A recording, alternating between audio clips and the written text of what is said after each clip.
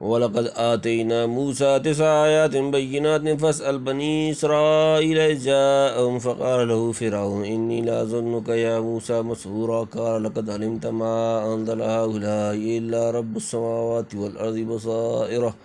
وَإِنِّي لَأَظُنُّكَ يَا فِرْعَوْنُ مَثْبُورًا فَأَرَادَ أَن يَسْتَفِزَّهُم مِّنَ الْأَرْضِ فَأَغْرَقْنَاهُ وَمَن مَّعَهُ جَمِيعًا وَقُلْنَا مِن بَعْدِهِ لِبَنِي إِسْرَائِيلَ اسْكُنُوا الْأَرْضَ فَإِذَا جَاءَ وَعْدُ الْآخِرَةِ جِئْنَا بِكُمْ لَفِيفًا وَبِالْحَقِّ أَنزَلْنَاهُ وَبِالْحَقِّ نَزَلَ وَمَا أَرْسَلْنَاكَ إِلَّا مُبَشِّرًا وَنَذِيرًا وَقُرْآنًا فَرَقْنَاهُ لِتَقْرَأَهُ عَلَى النَّاسِ عَلَىٰ مُكْثٍ وَنَزَّلْنَاهُ تَنزِيلًا قُلْ آمِنُوا بِهِ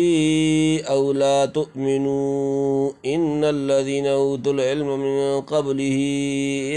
إِذَا يُتْلَىٰ عَلَيْهِمْ يَخِرُّونَ لِلْأَذْقَانِ سُجَّدًا وَيَقُولُونَ سُبْحَانَ رَبِّنَا إِنْ كَانَ وَعْدُ رَبِّنَا لَمَفْعُولًا وَيَخِرُّونَ لِلْأَذْقَانِ يَبْكُونَ وَيَزِيدُهُمْ خُشُوعًا قُلِ ادْعُوا اللَّهَ أَوِ ادْعُوا الرَّحْمَٰنَ أَيَّامًا تَدْعُوا فَلَهُ الْأَسْمَاءُ الْحُسْنَىٰ وَلَا تَجْهَرْ بِصَلَاتِكَ وَلَا تُخَافِتْ بِهَا وَابْتَغِ بَيْنَ ذَٰلِكَ سَبِيلًا وَقُلِ الْحَمْدُ لِلَّهِ الَّذِي لَمْ يَتَّخِذْ وَلَدًا وَلَمْ يَكُن لَّهُ شَرِيكٌ فِي الْمُلْكِ وَلَمْ يَكُن لَّهُ وَلِيٌّ مِّنَ الذُّلِّ وَكَبِّرْهُ تَكْبِيرًا وَلَقَدْ آتَيْنَا مُوسَىٰ 9 آيَاتٍ بَيِّنَاتٍ فَاسْأَلْ بَنِي إِسْرَائِيلَ إِذْ جَاءَهُمْ فَقَالَ لَهُ فِرْعَوْنُ إِنِّي لَأَظُنُّكَ يَا مُوسَىٰ مَسْحُورًا وَلَقَدْ آتَيْنَا البتہ ہم نے دی موسیٰ 9 آیات بینات کھلی نشانیاں فاسأل پوچھ تو بنی اسرائیل جب جاءہم ان کے پاس آیا فقالا تو کہا لہو اس کو فرعون انی بے شک میں لأظنک تجھ پر گمان کرتا ہوں یا موسیٰ مسحوراً جادو کیا گیا اور ہم نے دی موسیٰ کو 9 نشانیاں صاف پھر پوچھ بنی اسرائیل سے جب آیا وہ ان کے پاس تو کہا اس کو فرعون نے میری اٹکل میں تو موسیٰ تجھ پر جادو ہوا یعنی جیسے آپ صلی اللہ علیہ وآلہ وسلم کو فضل و رحمت سے قرآن عظیم دیا اور بہت کچھ مہربانیاں آپ صلی اللہ علیہ وآلہ وسلم پر فرمائیں ہم پہلے موسیٰ علیہ السلام کو صداقت کے 9 کھلے ہوئے نشانات معجزات ان کے مناسب حال عنایت فرما چکے ہیں جبکہ وہ بنی اسرائیل کے پاس فرعون کے مظالم سے نجات دلانے کے لیے تشریف لائے تھے اگر چاہو تو بنی اسرائیل کے باخبر اور منصف مزاج علماء سے پوچھ دیکھو کہ یہ واقعہ کہاں تک صحیح ہے تنبیہ وہ 9 معجزات یہ ہیں ید بیضا عصا سنین نقش ثمرات طوفان جراد قملہ ضفادع دم سورۃ الاعراف آیت فارسلنا علیہم الطوفان والجراد والقمل والضفادع والدم آیات مفصلات فاستکبروا وکانوا قوما مجرمین سورۃ نمبر 7 سورۃ الاعراف آیت نمبر 133 کے فوائد میں ہم اس کی تفصیل سے ملاحظہ کر لی جائے مسند احمد اور ترمذی وغیرہ کی ایک حدیث میں کہ اللہ علیہ وآلہ وسلم سے 9 آیات کے متعلق سوال کیا آپ نے فرمایا وہ یہ احکام ہیں شرک نہ کرو چوری نہ کرو زنا نہ کرو ناحق خون مت کرو جادو نہ کرو سود مت کھاؤ بے گناہ کو مت پکڑو و پکڑواؤ کہ حاکم اسے قتل کر دے عفیف عورتوں پر تہمت نہ لگاؤ جہاد میں سے مت بھاگو 9 حکم تو یہ ہوئے جن کے سب لوگ مخاطب ہو سکتے ہیں 10واں حکم اے یہود تمہارے لیے مخصوص تھا کہ سبت شنبہ کے دن حد سے نہ گزرو یہود نے سن کر آپ صلی اللہ علیہ وسلم کی تصدیق کی حافظ معاذ الدین ابن کثیر لکھتے ہیں کہ اس حدیث میں نکارت ہے جو غالباً اس کے راوی عبداللہ بن سلمہ کی طرف سے آئی ہے قرآن کا نظم و سیاق ہرگز اس کو نہیں چاہتا کہ وَلَقَدْ آتَيْنَا مُوسَىٰ 9 آیَاتٍ بَيِّنَاتٍ فَاسْأَلْ بَنِي إِسْرَائِيلَ إِذْ جَاءَهُمْ فَقَالَ لَهُ فِرْعَوْنُ إِنِّي لَأَظُنُّكَ يَا مُوسَىٰ مَسْحُورًا سورۃ نمبر 17 سورۃ الاسراء آیت نمبر 101 سے مراد یہ 9 احکام لیے جائیں آگے فرعون اور موسیٰ کا مکالمہ جو فقال لہو سے نقل فرمایا مقتضی ہے کہ آیات سے وہ نشانات مراد ہوں جو بطور دلائل و حجج کے فرعونیوں کو دکھلائے گئے تھے چنانچہ لفظ بصائر بھی انہی پر زیادہ چسپاں ہوتا ہے اور پہلے سے اہل مکہ کے طعنت اور آیات کا طلب کرنے کا جو ذکر آ رہا ہے اس کے مناسب بھی یہی ہے کہ یہاں فرعونیوں کا طعنت آیات کونیہ کے متعلق دکھلایا جائے۔ بہرحال ابن کثیر کا خیال یہ ہے کہ یہود نے سوال شاید 9 آیات کی نسبت نہیں بلکہ ان 10 آیات کی نسبت کیا ہوگا جو تورات کے شروع میں بطور وصایہ لکھے جاتے ہیں۔ چنانچہ حدیث میں 10 ہی چیزیں مذکور ہیں۔ راوی حدیث کو التباس و اشتباہ ہو گیا، اس نے کلمات عشر کی جگہ 9 آیات کو ذکر کر دیا۔ ممکن ہے سوال آیات 9 سے کیا گیا ہو، لیکن آپ صلی اللہ علیہ وآلہ وسلم نے جواب اعلیٰ اسلوب الحکیم دیا، گویا تنبیہ کر دی کہ 9 معجزات کا معلوم کرنا تمہارے حق میں چندہ مفید اور اہم نہیں بلکہ ان 10 احکام کا یاد رکھنا زیادہ اہم ہے۔ واللہ عالم، یعنی کسی نے تجھ پر جادو کر دیا ہے جس سے معاذ اللہ عقل خراب ہو گئی، اس لیے بے کی باتیں کرتا ہے۔ دوسری جگہ ہے ان رسولکم الذی ارسل الیکم لمجنون، سورۃ نمبر 24، سورۃ شعراء آیت نمبر 27۔ گویا مسحور سے مراد مجنون ہے، اور بعض نے مسحور کو بمعنی ساحر لیا ہے۔ واللہ عالم۔ قال لقد علمت ما انزل هؤلاء الا رب السماوات والارض بصائر وانی لاظنک یا فرعون مثبورا۔ قال، اس نے کہا، لقد علمت، البتہ تو نے جان لیا، ما انزل، نہیں نازل کیا، هؤلاء، اس کو، الا مگر رب، پروردگار، السماوات، آسمانوں، والارض، و زمین، بصائر، الزمہ، بصیرت، وانی، اور بے شک میں، لاظنک، تجھ پر گمان کرتا ہوں، یا فرعون، اے فرعون، مثبورا، ہلاک شدہ۔ بھلا تو جان چکا ہے کہ یہ چیزیں کسی نے نہیں اتاری مگر آسمان اور زمین کے مالک نے، اسے جانے کو، اور میری اٹکل میں فرعون تو غارت ہوا چاہتا ہے، یعنی وہ زبان سے انکار کرتا ہے، مگر تیرا دل خوب جانتا ہے کہ یہ عظیم الشان نشان تیری آنکھیں کھولنے کے لیے اسی خدائے قادر و توانا نے دکھلائے ہیں جو آسمان و زمین کا سچا مالک ہے۔ اب جو شخص جان بوجھ کر محض ظلم و تکبر کی راہ سے حق کا انکار کرے، اس کی نسبت بجز اس کے کہ کیا خیال کیا جا سکتا ہے کہ تباہی کی گھڑی اس کے سر پر آ پہنچی۔ یہاں سے معلوم ہوا کہ ایمان جاننے کا نام نہیں، ماننے کا نام ہے۔ وَجَاهَدُوا بِهَا وَاسْتَيْقَنَتْهَا أَنفُسُهُمْ ظُلْمًا وَعُلُوًّا، سورۃ نمبر 27، سورۃ نمبر آیت نمبر 14۔ فَأَرَادَ أَن يَسْتَفِزَّهُم مِّنَ الْأَرْضِ فَأَغْرَقْنَاهُ وَمَن مَّعَهُ جَمِيعًا۔ فَأَرَادَ، پس اس نے ارادہ کیا، ان کے یستفزہم، انہیں نکال دے، من سے، الارض، زمین، فَأَغْرَقْنَاهُ، تو ہم نے اسے غرق کر دیا، ومن، اور جو، معه، اس کے ساتھ، جمیعاً، سب۔ پھر چاہا کہ بنی اسرائیل کو چین نہ دے اس زمین میں، پھر ڈبا دیا ہم نے اس کو اور اس کے ساتھ والوں کو، سب کو۔ جب فرعون نے دیکھا کہ موسیٰ کا اثر بڑھتا جاتا ہے، سمجھا کہ بنی اسرائیل کہیں زور نہ پکڑ جائیں، اس لیے ان کو اور زیادہ ستانا شروع کیا کہ یہ مصر میں امن و چین سے رہنے نہ پائیں۔ آخر ہم نے اسی کو نہ رہنے دیا اور بحر کلثم میں سب ظالموں کا بیڑا غرق کر دیا۔ وَقُلْنَا مِن بَعْدِهِ لِبَنِي إِسْرَائِيلَ اسْكُنُوا الْأَرْضَ فَإِذَا جَاءَ وَعْدُ الْآخِرَةِ جِئْنَا بِكُمْ لَفِيفًا۔ وَقُلْنَا، اور ہم نے کہا، مِن بَعْدِهِ، اس کے بعد، لِبَنِي إِسْرَائِيلَ، بنی اسرائیل کو، اسکنوا، تم رہو، الارض، زمین، ملک، فَإِذَا، پھر جب، جاء، آئے گا، وعد الآخرۃ، آخرت کا وعدہ، جئنا، ہم لے آئیں گے، بکم، تم کو، لفیفاً، جمع کر کے۔ اور کہا ہم نے اس کے پیچھے بنی اسرائیل کو، آباد رہو تم زمین میں، پھر جب آئے گا وعدہ آخرت کا، لے آئیں گے ہم تم کو سمیٹ کر۔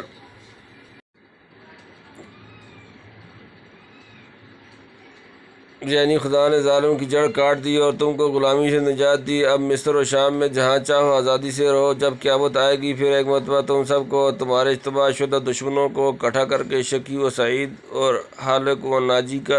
دائمی فیصلہ کر دیا جائے گا۔ بالحق انزلناہ، بالحق نزل، وما ارسلناک الا مبشرا ونذیرا، بالحق، اور حق کے ساتھ، اللہ، ہم نے اسے نازل کیا، بالحق، اور سچائی کے ساتھ، نازل ہوا، وما، اور نہیں، ارسلنا کا، ہم نے آپ کو بھیجا، الا مگر، مبشرا، خوشخبری دینے والا، نذیرا، اور ڈر سنانے والا، اور سچ کے ساتھ اتارا ہم نے قرآن، اور سچ کے ساتھ اتارا، اور تجھ کو جو بھیجا ہم نے سو خوشی اور ڈر سنانے کو، موسیٰ علیہ السلام کے معجزات وغیرہ کا ذکر فرما کر۔ روئے صحن پر پھر قرآن کریم کی طرف پھیر دیا گیا، یعنی معجزات موسوی بجائے خود تھے، لیکن محمد صلی اللہ علیہ وآلہ وسلم کو جو معجزات عطا ہوئے۔ ان میں سب سے بڑا علمی معجزہ یہ قرآن کریم ہے جو ہم نے عین حکمت کے موافق اپنے علم و عظیم اور اعلیٰ درجے کی سچائی پر مشتمل کر کے اتارا ہے، اور ٹھیک اسی سچائی کے ساتھ وہ آپ تک پہنچ گیا، درمیان میں ادنیٰ ترین تغیر و تبدل بھی نہیں ہوا۔ فَاعْلَمُوا أَنَّمَا أُنزِلَ بِعِلْمِ اللَّهِ وَأَنْ لَا إِلَٰهَ إِلَّا هُوَ فَهَلْ أَنْتُم مُسْلِمُونَ۔ سورہ نمبر 11 سورہ ہود آیت نمبر 14، یعنی ماننے والوں کو خوشخبری اور نہ ماننے والوں کو عذاب الہی کی دھمکی سنا دیجیے۔ وَقُرْآنًا فَرَقْنَاهُ لِتَقْرَأَهُ عَلَى النَّاسِ عَلَىٰ مُكْثٍ وَنَزَّلْنَاهُ تَنزِيلًا۔ وَقُرْآنًا اور قرآن فرقناہ ہم نے جدا جدا کیا، لِتَقْرَأَهُ تاکہ تم اسے پڑھو، عَلَىٰ پر الناس لوگ، عَلَىٰ مُكْثٍ ٹھہر ٹھہر کر، وَنَزَّلْنَاهُ اور ہم نے اسے نازل کیا، تنزیلاً آہستہ آہستہ، اور پڑھنے کا وظیفہ کیا۔ ہم نے قرآن کو جدا جدا کر کے پڑھے تو اس کو لوگوں پر ٹھہر ٹھہر کر، اور اس کو ہم نے اتارتے اتارا۔ انزال قرآن سے مقصود اصلی مطلب سمجھ کر اس پر عمل کرنا ہے، جسے تدبر و تذکر کہتے ہیں، لیکن اس کے نفس الفاظ و حروف بھی نور و برکت سے خالی نہیں۔ کتابًا انزلناہ الیک مبارکا لیدبروا آیاتہ ولیتذکر اولو الالباب۔ سورہ نمبر 38 سورہ صاد آیت نمبر 29۔ اسی لیے صورتیں اور آیتیں جدا جدا رکھیں تاکہ وظیفہ کے طور پر تلاوت کرنا بھی سہل ہو اور سننے والوں کے لیے حفظ و فہم میں بھی آسانی رہے، اور آہستہ آہستہ اس لیے اتارا کہ جیسے حالات پیش آئیں ان کے مناسب ہدایات حاصل کرتے رہیں، تاکہ وہ جماعت جسے آگے چل کر تمام دنیا کا معلم بننا تھا، ہر آیت و حکم کے کا حل کو بخوبی ذہن نشین کر کے یاد رکھ سکے، اور آنے والی نسلوں کے لیے کسی آیت کے بے موقع استعمال کرنے کی گنجائش نہ چھوڑے۔ قُلْ آمِنُوا بِهِ أَوْ لَا تُؤْمِنُوا إِنَّ الَّذِينَ أُوتُوا الْعِلْمَ مِنْ قَبْلِهِ إِذَا يُتْلَىٰ عَلَيْهِمْ يَخِرُّونَ لِلْأَذْقَانِ سُجَّدًا۔ قُلْ آپ کہہ دیں، آمنو تم ایمان لاؤ، بھی اس پر، او یا لا تؤمنوا تم ایمان نہ لاؤ، ان بے شک الذین وہ لوگ جنہیں اوت العلم علم دیا گیا، من قبلہ اس سے قبل، اذا جب یتلا وہ پڑھا جاتا ہے، علیہم ان کے سامنے، یخرون وہ گر پڑتے ہیں، للاذقان ٹھوڑیوں کے بل، سجداً سجدہ کرتے ہوئے۔ کہ تم اس کو مانو یا نہ مانو، جن کو علم ملا ہے اس کے پہلے سے، جب ان کے پاس اس کو پڑھیے گرتے ہیں ٹھوڑیوں پر سجدے میں۔ وَيَقُولُونَ سُبْحَانَ رَبِّنَا إِنْ كَانَ وَعْدُ رَبِّنَا لَمَفْعُولًا۔ وَيَقُولُونَ اور وہ کہتے ہیں، سبحان پاک ہے، ربنا ہمارا رب، ان بے شک کانا ہے وعدہ ربنا ہمارا رب، لمفعولا ضرور پورا ہو کر رہنے والا، اور کہتے ہیں پاک ہے ہمارا رب، بے شک ہمارے رب کا وعدہ ہو کر رہے گا، یعنی مانو یا نہ مانو، قرآن کی حقانیت اور رسول اللہ صلی اللہ علیہ وآلہ وسلم کی تصدیق وہ منصف مزاج اہل علم کر رہے ہیں، جنہیں کتب سابقہ کی بشارات سے آگاہی ہے، وہ اس کلام کو سن کر ٹھوڑیوں کے بل سجدہ میں گر پڑتے ہیں کہ سبحان اللہ، کیا عجیب و غریب کلام ہے، اور کہتے ہیں پاک ہے ہمارا رب، بے شک ہمارے رب کا وعدہ ہو کر رہے گا، یعنی مانو یا نہ مانو، قرآن کی حقانیت۔ بے شک خدا کا وعدہ پورا ہونا تھا جو موسیٰ علیہ السلام کی زبانی تورات کتاب استثنا میں کیا گیا تھا کہ اے بنی اسرائیل، میں تمہارے بھائیوں بنی اسماعیل میں سے ایک نبی بٹھاؤں گا جس کے منہ میں اپنا کلام ڈالوں گا، بلا شبہ وہ یہی کلام ہے جو محمد صلی اللہ علیہ وآلہ وسلم کے دہن مبارک میں ڈالا گیا۔ جب اہل علم کو قرآن کی تصدیق سے چارہ نہیں رہا تب انکار کرنا جاہل کا کام ہے۔ وَيَخِرُّونَ لِلْأَذْقَانِ يَبْكُونَ وَيَزِيدُهُمْ خُشُوعًا۔ وَيَخِرُّونَ اور وہ گر پڑتے ہیں، لِلْأَذْقَانِ ٹھوڑیوں کے بل، يَبْكُونَ روتے ہوئے، وَيَزِيدُهُمْ اور ان میں زیادہ کرتا ہے، خُشُوعًا عاجزی، اور گرتے ہیں ٹھوڑیوں پر روتے ہوئے، اور زیادہ ہوتی ہے ان کو عاجزی، یعنی قرآن کو سن کر رکت طاری ہو جاتی ہے، سجدہ کرتے ہیں تو اور عاجزی بڑھتی ہے۔ اذقان ٹھوڑیوں کے لفظ میں شاید اس طرف اشارہ ہو کہ سجود میں بہت زیادہ مبالغہ کرتے ہیں، گویا ٹھوڑیاں بھی زمین سے ملا دیتے ہیں، محض سجود علی الوجہ سے کنایا ہو، واللہ عالم۔ قل ادعوا الله وادعوا الرحمن أيما تدعوا فله الأسماء الحسنى ولا تجهر بصلاتك ولا تخافت بها وابتغ بين ذلك سبیلا۔ قل آپ کہتے ہیں ادعو تم پکارو اللہ اللہ، یا ادعو تم پکارو الرحمن الرحمن، یامن جو کچھ بھی تدعو تم پکارو گے، فلہ تو اسی کے لیے الاسماء الحسنى سب سے اچھے نام، ولا تجہر اور نہ بلند کرو تم بصلاتی کا اپنی نماز میں، اور لا تخافت اب بالکل پست کرو تم بہا اس میں، وابتغی اور ڈھونڈو بین ذالک اس کے درمیان سبیلاً راستہ، کہہ اللہ کہہ کر پکار دو، یا رحمان کہہ کر جو کہ کہہ کر پکارو گے سو اسی کے ہیں، نسب نام خاص ہے، اور پکار کر مت پڑھ اپنی نماز اور نہ چپکے پڑھ، اور ڈھونڈ لے اس کے بیچ میں راہ، سجود و خشوع وغیرہ کی مناسبت سے یہاں دعا خدا کو پکارنے کا اور دعا کی مناسبت سے اگلی آیت میں صلاۃ کا ذکر کیا گیا۔ واقعہ یہ کہ حق تعالیٰ کے ناموں میں سے مشرکین عرب کے یہاں اسم اللہ کا استعمال زیادہ تھا، اسم رحمان سے چندہ مانوس نہ تھے، البتہ یہود کے یہاں اسم رحمان مستعار، عبرانی میں بھی یہ نام اسی طرح تھا جیسے عربی میں، دوسری طرح مسلمہ کذاب نے اپنا لقب رحمان علی یمامہ رکھا چھوڑا تھا، غرض مشرکین حق تعالیٰ پر اسم رحمان کا اطلاق کرنے سے بدکتے اور وحشت کھاتے تھے، چنانچہ جب حضور صلی اللہ علیہ وآلہ وسلم کی زبان سے رحمان سنتے تو کہتے کہ محمد صلی اللہ علیہ وآلہ وسلم ہم کو تو دو خداؤں کا پکارنے سے منع کرتے ہیں اور خود اللہ کے سوا دوسرے خدا رحمان کو پکارتے ہیں۔ یہود کو یہ شکایت تھی کہ محمد صلی اللہ علیہ وآلہ وسلم کے یہاں رحمان کا ذکر ایسی کثرت سے کیوں نہیں ہوتا جس طرح ہمارے یہاں ہوتا ہے۔ دونوں کا جواب اس آیت میں دیا گیا کہ اللہ اور رحمان ایک ہی ذات منبع الکمالات کے دو نام ہیں، صفات و اسماء کی تعدد سے ذات کا تعدد لازم نہیں ہوتا، جو یہ چیز توحید کی منافی سمجھی جائے۔ رہی یہ بات کہ کسی ایک نام کا ذکر کثرت سے کیوں نہیں ہوتا، تو سمجھ لو کہ اللہ کے جس قدر اسماء حسنہ ہیں ان میں سے کوئی نام لے کر پکارو، مقصود ایک ہی ہے، عنوانات و تعبیرات کے تنوع سے معنون نہیں بدلتا۔ ہاں یہ ضرور ہے کہ ہر سخن وقت سے ہر وقت و ہر نقطہ مکان وارد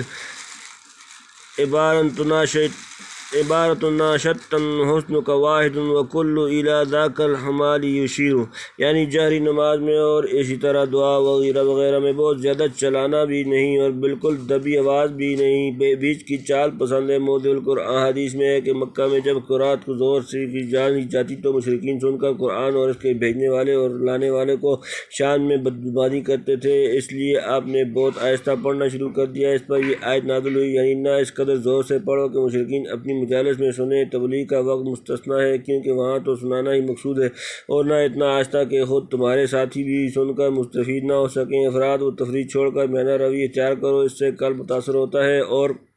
تشویش نہیں ہوتی۔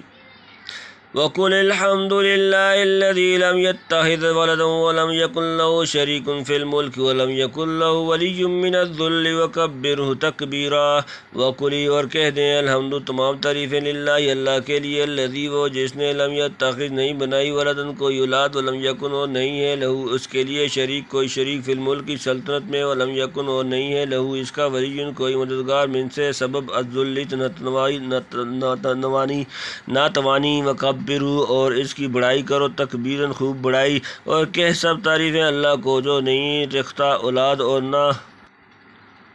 کوئی اس کا ساجی سلطنت میں اور نہ کوئی اس کا مددگار ذلت کے وقت پر، اور اس کی بڑائی کر بڑا جان کر۔ نماز کے بعد توحید خالص کا ذکر فرما کر سورت کو ختم کیا، یعنی ساری خوبیاں اور تعریفیں اللہ کے لیے ہیں جو اپنی ہر صفت و کمال میں یگانہ ہے، اور ہر قسم کے عیب و قصور اور نقص و فتور سے بکلی منزہ ہے، یا مساوی سے جیسے ایک شریک کو دوسرے شریک سے مدد پہنچتی ہے، یا بڑے سے اس طرح کمزور آدمی ذلت مصیبت کے وقت بڑے آدمیوں سے مدد لیتے ہیں۔ اس آیت میں تینوں کی نفی کر دی، لم یتخذ ولدن میں پہلے اعتماد کی، لم یکن لہ شریک فی الملک میں دوسرے کی، اور لم یکن لہ ولی من الذل میں تیسرے کی نفی کرنے کے بعد کبرہ تکبیرہ میں اس کی عظمت و کبریائی کی طرف متوجہ فرما دیا، یعنی انسان کو چاہیے کہ حق تعالیٰ کی بڑائی کا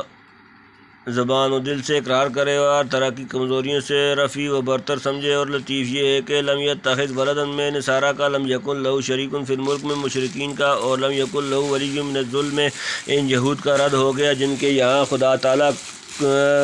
کشتی میں یعقوب علیہ السلام کے مقابلے کی تاب نہیں لا سکا۔ الیاذ باللہ حضرت شاہ صاحب لکھتے ہیں کوئی مددگار نہیں ذلت کے وقت، یعنی اس پر کبھی ذلت ہی نہیں کہ مددگار چاہے بادشاہوں کے ہاں امیر زیر پڑ جاتے ہیں، اس لیے کہ برے وقت ان کی رفاقت کیسے ہوتے ہیں وہاں یہ قصے ہی نہیں۔ سورۃ الاسراء بعون اللہ تم سورۃ الاسراء بعون اللہ حسن توفیقی وللہ الحمد والمنہ والصلاۃ والسلام علی صاحب الاسراء وعلی آلہ وصحبہ اجمعین۔